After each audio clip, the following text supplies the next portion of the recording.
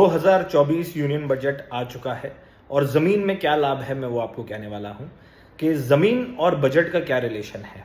अब ये बजट में गवर्नमेंट ने इंफ्रास्ट्रक्चर को 11,11,000 करोड़ दिया है। इसका मतलब ये बनता है कि नए से नए इंफ्रास्ट्रक्चर प्रोजेक्ट्स आएंगे, सड़कें बनेगी, एयरपोर्ट बनेंगे, सी पोर्ट्स बनेंगे, डैम्स बनेंगे और काफ़ी ज़्यादा development in terms of infrastructure होगा।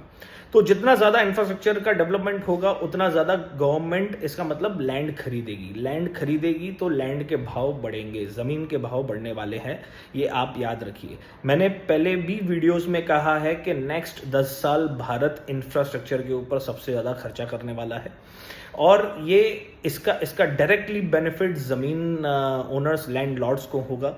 इसीलिए आप लैंड इन्वेस्ट कीजिए, लैंड में इन्वेस्ट कीजिए। आप कहाँ पे भी रहते हैं उसके 150 किलोमीटर के पेरिफेरी में आप इन्वेस्टमेंट ज़मीन में करके रखिए, आपको डेफिनेटली उसका बेनिफिट और उसका लाभ मिलेगा, क्योंकि ज़मीन का मार्केट आपका डायरेक्टली प्रोपोर्शनल है इंफ्रास्ट्रक्चर ग्रोथ से। जितना ज़्यादा इंफ्रास्ट्रक्चर ग्रोथ होगा उतना ज़्यादा ही ज़मीन का भाव बढ़ेगा।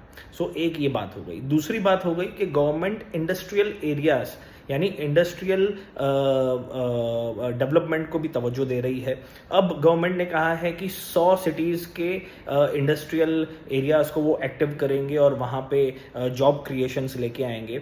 इसी के साथ ही साथ उन्होंने कहा है कि 12 न्यू इंडस्ट्रियल पार्क्स डिक्लेयर होंगे in under national industrial development corridor, जिसके अंदर दिल्ली मुंबई इंडस्ट्रियल कॉरिडोर भी आता है। मैंने एक पहले वाला भी वीडियो बनाया था जिसमें कहा था कि मैंने मानगांव में कुछ लोकेशन है जहां पे इंडस्ट्री डिक्लेयर किया गया है under Delhi Mumbai industrial corridor. It's typically 253 square kilometres का MIDC रिजर्वेशन है वहाँ पे।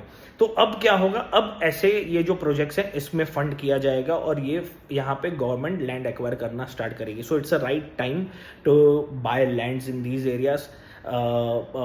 मेरा उद्देश्य है कि हर एक आम नागरिक के पास ज़मीन हो और जो बेनिफिट लैंड से उद्योगपतियों को मिलता है वो एक आम आदमी भी उठाए। सिर्फ फ़र्क ये होता है उनके पास इंफॉर्मेशन होती है, आपके पास नहीं होती है। तो जिस मेरे माध्यम से अगर आपको इन्फॉर्मेशन मिल रही है तो प्लीज़ उसका लाभ उठाइए, आप ज़मीन लीजिए। कुछ भी डाउट है मुझे कॉल कीजिए, मुझे मैसेज कीजिए, डेफिनेटली मैं आप तक पहुँचूँगा और आपके हर सवाल का जवाब दूँगा। Thank you.